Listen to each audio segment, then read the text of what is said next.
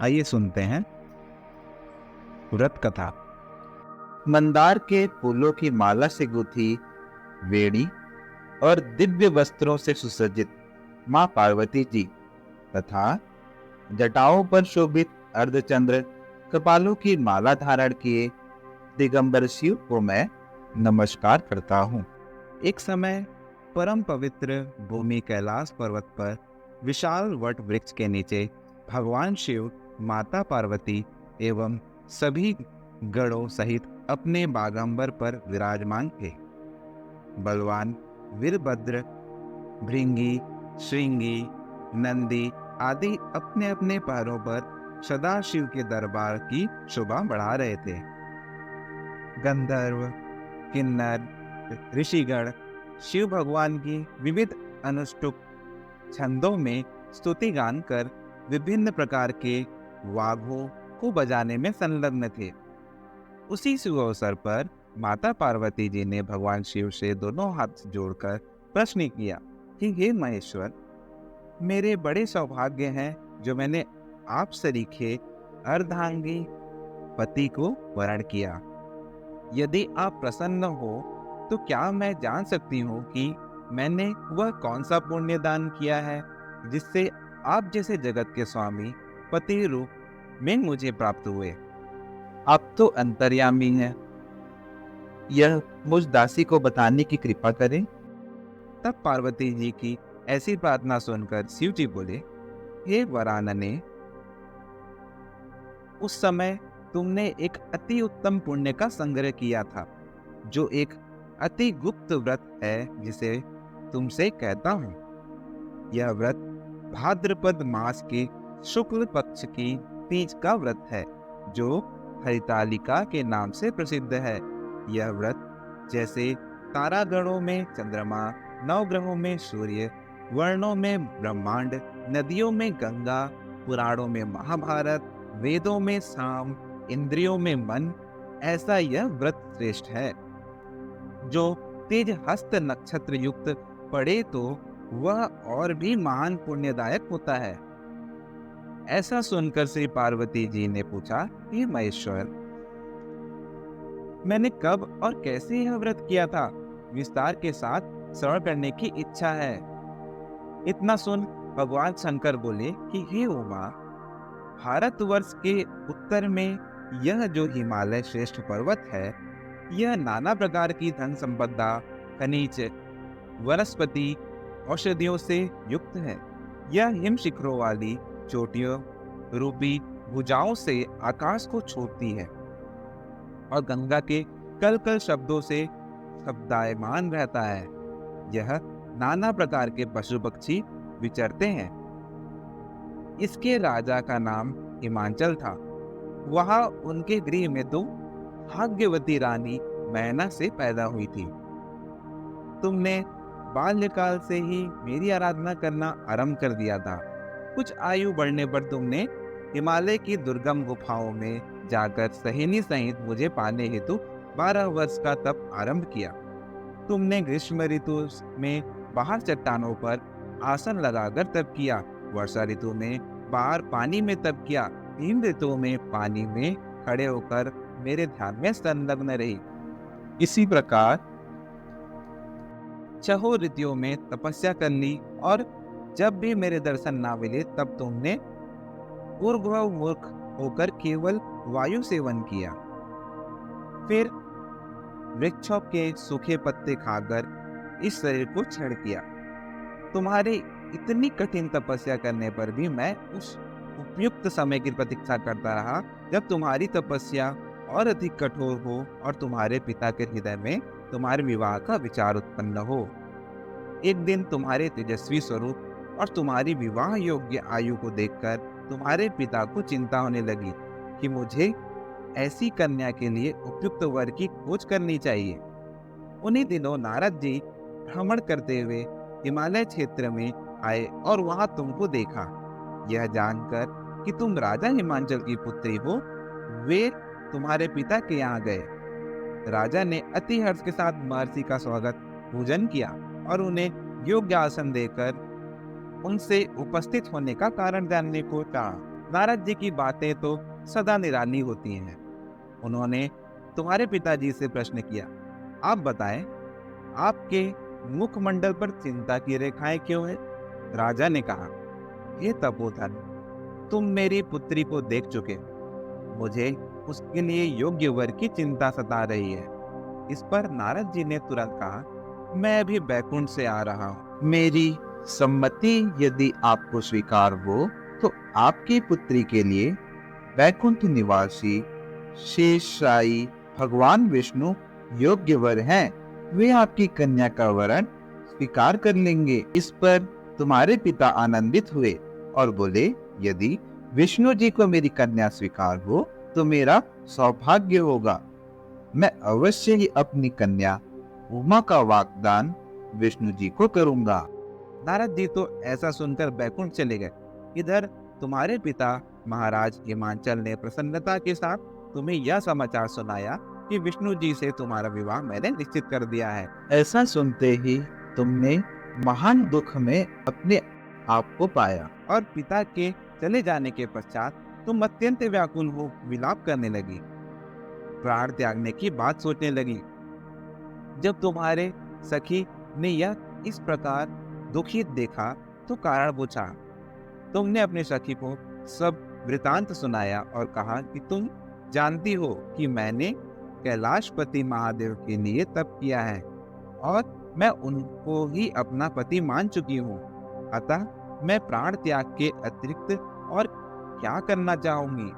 अब तुम्हारे सखी ने तुम्हें सांत्वना देते हुए कहा, देवी, तुम प्राण त्यागने की क्यों सोचती हो? मैं तुम्हें ऐसे स्थान पर ले चलूंगी जहां आपको आपके पिताजी अथवा कोई अन्य खोज ना सकेगा। वहां तुम तपस्या में तब तक लीन रहना जब तक कि महेश्वर प्रसन्न ना हो और तुम्हें तुम्हारा वर्ण ना करने। इस प्रकार सहमति बना तुम अपनी सखी के साथ नदी के तट पर एक गुप्त गुफा में प्रवेश कर वहां मेरे नाम की तपस्या करने लगी। भाद्रपद शुक्ल की हस्त नक्षत्र युक्त तृतीया को तुमने उपवास रखकर बालू से शिवलिंग की स्थापना की और पूजन कर रात्रि जागरण किया। तब तुम्हारी तपस्या और व्रत पूजन से मैं आंदोलित हो उठा और मैंने तुम्हें प्रकट हो दर्शन दिया और तुमसे वरदान मांगने को कहा। तब तुमने लज्जा युक्त हो अपने सिर को झुकाए कहा, आप सब जानते हैं, यदि आप मुझसे प्रसन्न हैं तो मुझे अपनी अर्धांगिनी रूप में स्वीकार करें। तब प्रसन्न हो मैंने तुम्हारी मनोकामना की पूर्ति करना स्वीकार किया और कैलाश लौटाया। इधर तुम्हारे अपने घर में इस प्रकार बिना कहे चले जाने पर तुम्हें बहुत खोजा गया। घर घर और वन में बहुत ढूंढा, किंतु तुम्हारे न मिलने पर राजा हिमांचल कहने लगे कि तुम हमारी कन्या को कौन सा देव, दानव, गंधर्व, किन्नर कहाँ हर ले गया।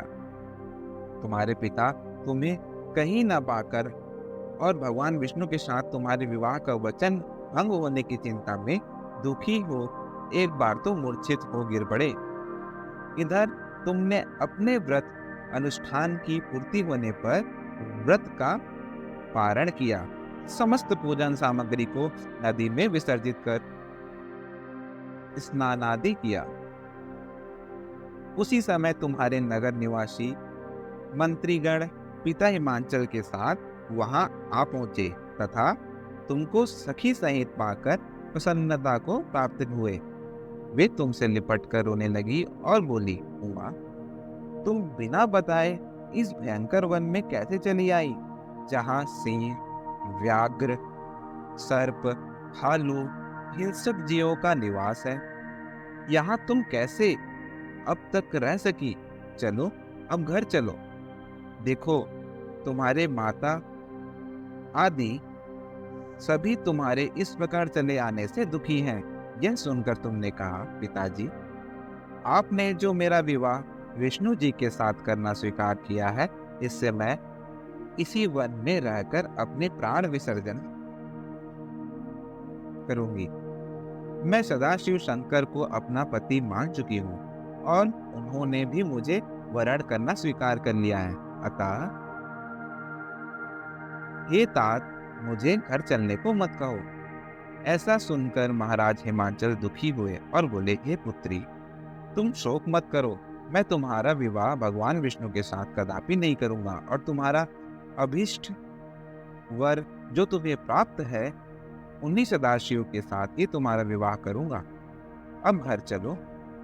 इतना सुनकर तुम खुशी खुशी अपनी सहेली के साथ नगर में गई और अपनी माता तथा सहेलियों से मिली। सभी और आनंद और प्रसन्नता छा गई। एक शुभ मुहूर्त में वेद विधि के साथ तुम्हारे पिता हिमांचल और माता महारानी मैना ने हमारे साथ तुम्हारा विवाह कर दिया। हे पार्वती, उसी व्रत के प्रभाव से तुमने ऐसा सौभाग्य को प्राप्त किया जिससे मैं तुमको प्राप्त हुआ। यह व्रत राज मैंने अब तक किसी को नहीं बताया था। हे सौभाग्यशालिनी सहेली ने जो तुम्हारा हरण कर हिमालय की गुफा में रख कर तीज के दिन जो मेरा व्रत कराया, इसी से इसका नाम हरतालिका तीज व्रत पड़ा और सब व्रतों का व्रत राजा हुआ। भोलेनाथ शिव शंकर से यह सब प्राचीन कथा सुनकर माता पार्वती अति प्रसन्न हुई और बोली, प्रभु, आपने मेरे साथ अपने मिलन की कथा सुनाकर मुझे प्रसन्न किया, पर इस व्रत के करने का जो विधान है वह इससे प्राप्त होने वाली फल मुझे नहीं बताया। कृपा करके मुझे इसके करने की विधि व पृथक पृथक फल भी सुनाइए।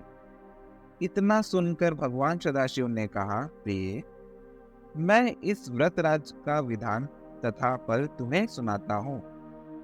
यह व्रत सौभाग्यवती नारियों व सुंदर गुणगान पति चाहने वाली कन्याओं को करना चाहिए। भाद्रपद के शुक्ल पक्ष की द्वितीया की शाम को आरंभ करते हुए इस तीज के व्रत को धारण करें। व्रत निराहार अर्थात बिना आहार और निर्जला करना चाहिए। भगवान शिव पार्वती की सुवर्ण या मिट्टी की प्रतिमाओं को एक सुंदर वेदी पर स्थापना करें। केले, पुष्प आदि के खंभे स्थापित करके रेशमी वस्त्र के चंदोवा ताने। फिर स्तुति गान, वाद्य, भेरी, शंख, मृदंग, झांझ आदि से रात्रि जागरण करना चाहिए। प्रातः भगवान शिव के पूजन के बाद फल फूल, पकवान, लड्डू, मेवा, तरह तरह के भोग की सामग्री समर्पण करें।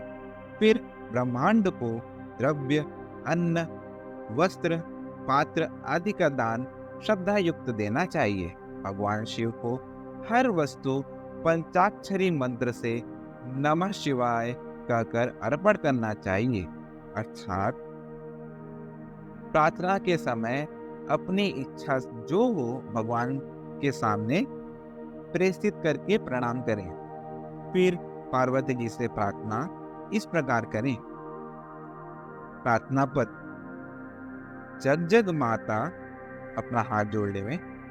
जग जग माता, जय जग माता, जय जग माता, जय जग माता, मेरी भाग्य विधाता, तुम हो पार्वती शिव की प्यारी, तुम माता आनंद पुरारी। सती संतों में रेख तुम्हारी, जय हो आनंद दाता। जय जग माता, जय जग माता। इच्छित वर मैं तुमसे पाऊं, भूल चूक का दुख ना उठाओ। भाव भक्ति से तुमको पाओ, कर दो पूरन बाता। जय जग माता, जय जग माता। प्रार्थना के बाद पुष्पों को दोनों हाथों में लेकर पुष्पांजलि समर्पित करें।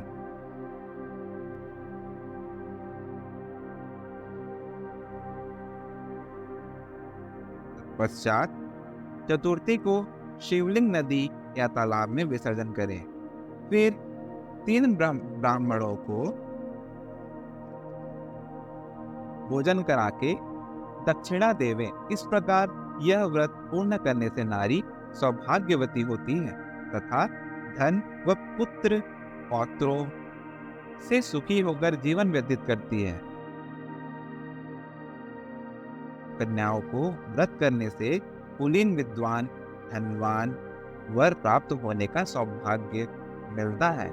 हे देवी, जो सौभाग्यवती नारी इस व्रत को नहीं धारण करती, वह बार बार वैधव्य एवं पुत्र शोक को प्राप्त होती है। जो नारी तृतीया के दिन व्रत रहकर चोरी से अन्न खाती है, वह शुक्री का जन्म पाती है।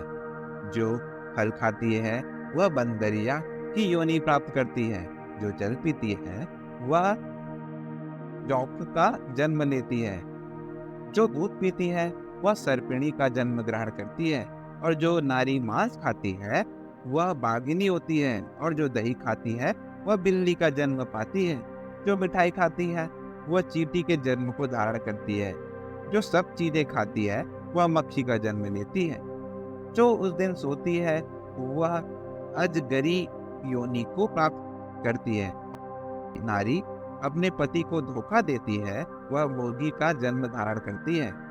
हे उमा, जो इस व्रत को श्रद्धा विधि से धारण करती है, वह मुत्सापति प्राप्त करती है तथा दूसरे जन्म में तुम्हारे समान स्वरूपवान हो करके इस संसार में उत्तम धाम एवं सुख भोग को प्राप्त करती है। इस व्रत के करने के बाद नारियां शिवलोक वासिनी होती है। बोलो शिव शंकर भगवान की जय।